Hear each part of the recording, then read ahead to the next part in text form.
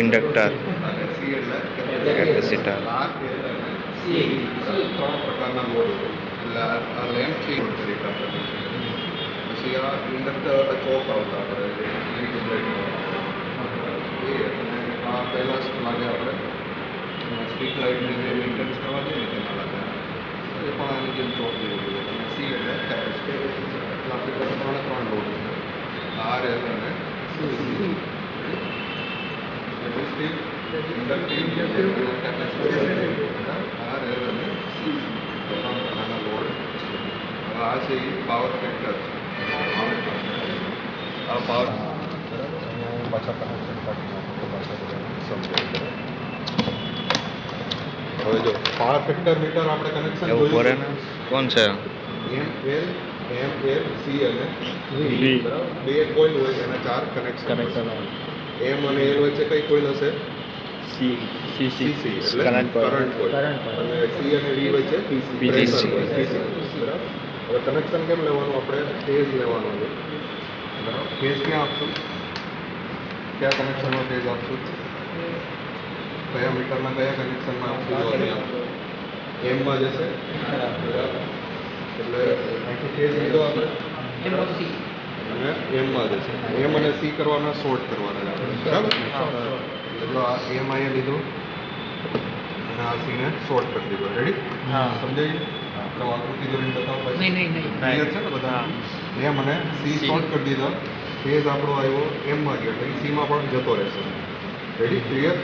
પછી ફેઝ આપણે ક્યાંથી લેશું પાછો આપણે લોડ માટે એલમાંથી લીધો અત્યારે આપણે રેઝિસ્ટિવ લોડ લગાવીશું રેઝિસ્ટિવ આ ફેઝ પહોંચી ગયો. હવે આપણે ન્યુટ્રલ આપવાનું છે ઈને પણ ન્યુટ્રલ આપવાનો છે અને લોડને પણ ન્યુટ્રલ આપવાનો છે. અહીંથી ઈને ન્યુટ્રલ આપી દીધો લોડને પણ ન્યુટ્રલ જોશે ને ચાલુ થવા માટે એટલે આને પણ ન્યુટ્રલ આ કનેક્શન આપણે થઈ ગયું. આપણે પાવર ફેક્ટર મીટર શું કામ લગાવ્યું કે ત્રણેયનું આપણને બિહેવિયર ખબર પડે. મેં તમને કીધું કે ભાઈ કરંટ લેગ કરે છે કરંટ લીડ કરે છે એના લીધે પાવર ફેક્ટર લેગિંગ મળે છે લીડિંગ મળે છે રેઝિસ્ટિવ હોય તો યુનિટી. એટલે આપણું મીટર છે એને જોશો LAG લેગ બરાબર. ઇન્ડક્ટિવ લોડ લગાવશો ત્યારે આ સાઈડ જશે ILEAD લીડ કેપેસિટર લગાવશો તો આ સાઈડ જશે અને રેઝિસ્ટિવ હશે તો એ અહીંયા જ રહેશે. અત્યારે આનું થોડુંક સેટિંગ વન ઉપર છે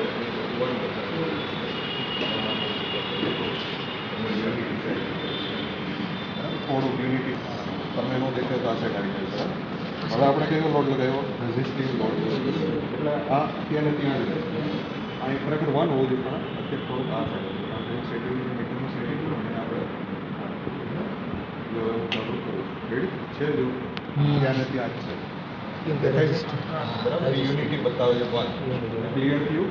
વોલ્ટેજ અને કરંટ શું રાખે એક સાથે વચ્ચે કોઈ ફ્લો કરતો નથી. પાવર ફેક્ટર શું મેળવો યુનિટી પાવર ફેક્ટર ક્યારે મેળવો લોડ કેવો છે રેઝિસ્ટિવ છે ક્લિયર. અને જે વાત કીધી તમને સાબિત થઈ જાય બરાબર. હવે પાછો આપણે હવે આપણે લોડ બદલાવીએ. હવે કયું લગાવીએ ઇન્ડક્ટિવ. આ ઇન્ડક્ટિવ લોડ તરીકે આપણે પેલા છીએ બરાબર. અહીંયા 240 આપવાના અહીંયા કોમન આપવાનું. હવે પાવર ફેક્ટર કેવો થશે લેગિંગ એટલે આ કાંટો ક્યાં જવો છે આ સાઈડ. રેડી એ મેં વાત કીધી તમને ક્લિયર કીધી. હવે આપણે પ્રેક્ટિકલી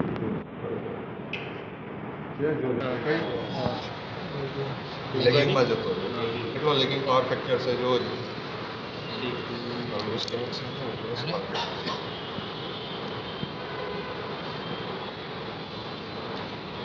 0.6 લેગિંગ પાવર ફેક્ટર મળે છે. રેડી.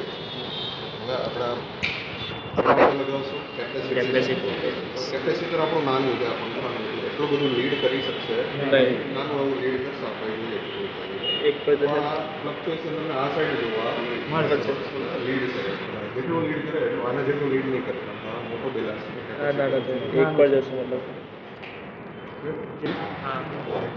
લીડમાં ગયું બંધ કરે એટલે દેખાતું અત્યારે આ વન છે ચાલુ કરે એટલે લીડમાં જેવું લીડ ત્યાં થોડુંક જ કર્યું કારણ કે કેપેસિટર નાનું મોટું કેપેસિટર વધારે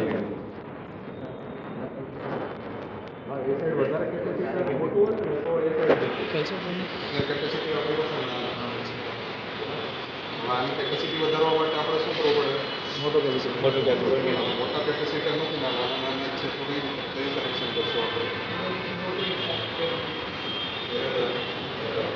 રજિસ્ટરને સિરીઝ કરવાથી સિરીઝ કનેક્શન કરવાથી વેલ્યુ વધશે, કેપેસિટરને પેરેલલ કરવાથી વેલ્યુ વધશે.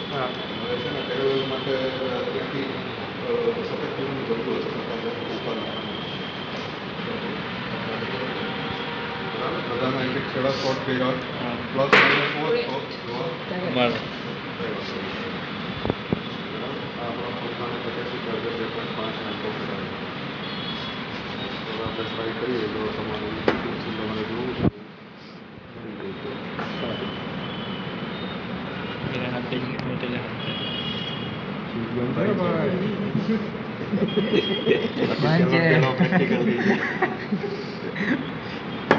सोनू को डर लगता है. सोनू के करो चालू नहीं नहीं है. सोनू को लगता है सब जादू लगता है. चलो बराबर બધા જગ્યામાં જતો રહ્યો ને હજી હું કેપેસિટર વધારે લગાવતો વધારે મોટો કેપેસિટર લગાવી આ કેટલા લગાવે 1 2 3 ને 4 એટલે પછી 10 માઇક્રોફેરાડ એના કિલો આપતા. હવે આનાથી મોટો એસીમાં આવે મોટરમાં આવે વધારે 50 સુધી